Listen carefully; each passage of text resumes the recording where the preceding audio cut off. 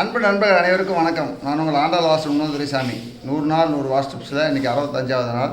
இன்றைக்கி ஒரு அற்புதமான ஒரு வாஸ்து டிப்ஸு.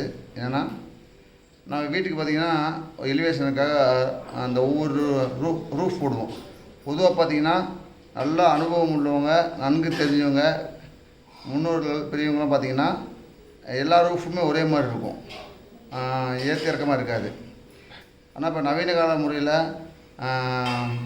மாடலிங் அப்படின்னு சொல்லி ஒரு எலிவேஷனு, ஒரு அழகு, மற்றவங்க பார்க்குறது பார்வைக்கு அழகு அப்படின்னு சொல்லி அவங்க என்ன பண்ணுறாங்கன்னா ஒவ்வொரு ரூமுக்குமே ஒரு மாதிரி பிரமிட் டைப்லேயோ அல்லது அந்த முஸ்லீமுடைய தர்கா இருக்கிற, அதாவது இது இருக்குங்க, அதாவது முஸ்லீமுடைய கோயில் இருக்கணும், அந்த மாதிரி ரவுண்ட் ஷேப்போ, இந்த மாதிரி வீட்டு மேலே அந்த கேரளா டைப்பான அமைப்புலேயோ அவங்க கூரை மாதிரி போட்டுருவாங்க. இது ரொம்ப ரொம்ப தவறு.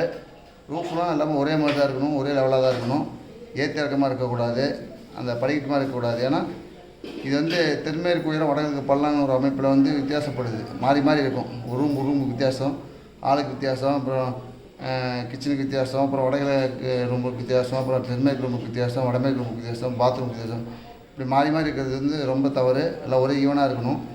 அதனால் ரூஃப் போடும்போது ஒரு நேராக போட்டுங்க. இந்த கேரளா டைப் மாதிரியோ இல்லை பிரமிட் மாதிரியோ அல்ல ரவுண்ட் ஷேப்லேயோ இந்த மாதிரிலாம் போடாதீங்க.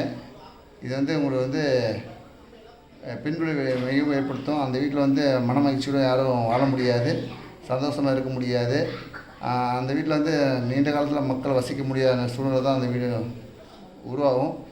ஏதோ கெஸ்ட்டு, அதாவது ஒரு ஹோட்டலு, ஒரு லாட்ஜி, இந்த மாதிரி தான் அந்த வீடை பயன்படுத்த முடிய, நம்ம குடும்பமாக அந்த வீட்டை இருந்து வசிக்க முடியாது. அதை வசிக்கிறதுக்கு அந்த வீடு விடாது. மேலும் பல நாள் தெரிவிக்கிட்டு நன்றி, வணக்கம், வாழ்வு வளமுடன்.